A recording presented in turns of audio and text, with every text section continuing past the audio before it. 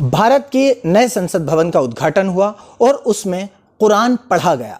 रब्बुल मशरिक़ैन व रब्बुल मग़रिबैन फ़बिअय्यि आलाइ रब्बिकुमा तुकज़्ज़िबान। जो सूरत अरबी में पढ़ी गई वो सूरत थी सूरह रहमान।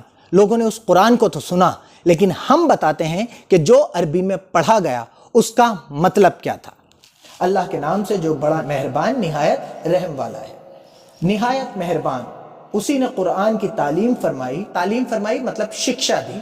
उसी ने इंसान को पैदा किया, उसी ने उसको बोलना सिखाया। सूरज और चांद एक मुकर्रर हिसाब से चल रहे हैं, मतलब तय हिसाब से चल रहे हैं, और बूटियां और पेड़ सजदा कर रहे हैं। और उसी ने आसमान को बुलंद किया और तराजू कायम की कि तराजू से तोलने में हद से आगे न बढ़ो, और इंसाफ के साथ ठीक ठीक तोलो और तोल को कम मत करो। और उसी ने खलकत यानी जितनी भी चीजें हैं सृष्टि में, उनके लिए जमीन बिछाई, और उसमें मेवे और खजूर के पेड़ हैं जिनके खोशों पर गिलाफ होते हैं, और अनाज जिसके साथ भूसा होता है, और खुशबूदार फूल।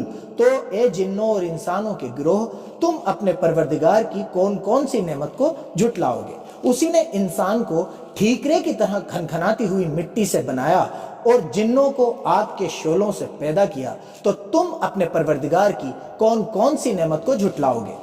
वही दोनों पूरबों का मालिक है और वही दोनों पश्चिमों का मालिक है।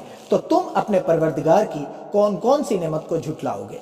उसी ने दो समंदर जारी किए जो आपस में मिलते हैं, दोनों में एक आड़ है कि उससे आगे नहीं बढ़ सकते। तो तुम अपने परवरदिगार की कौन कौन सी नेमत को झुटलाओगे।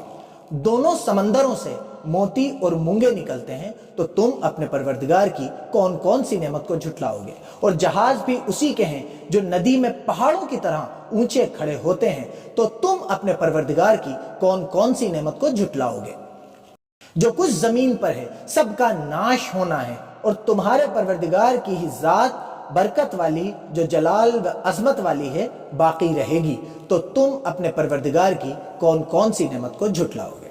तो ये कुरान का वो पोर्शन था जो संसद में पढ़ा गया, और ये उसका हिंदी ट्रांसलेशन था जो मैंने आप लोगों के लिए पेश किया। देखिए अल्लाह ताला किससे क्या काम लेता है। अल्लाह ताला ने नरेंद्र मोदी और अमित शाह से कुरान के पैगाम को दुनिया तक पहुंचाने का काम लिया।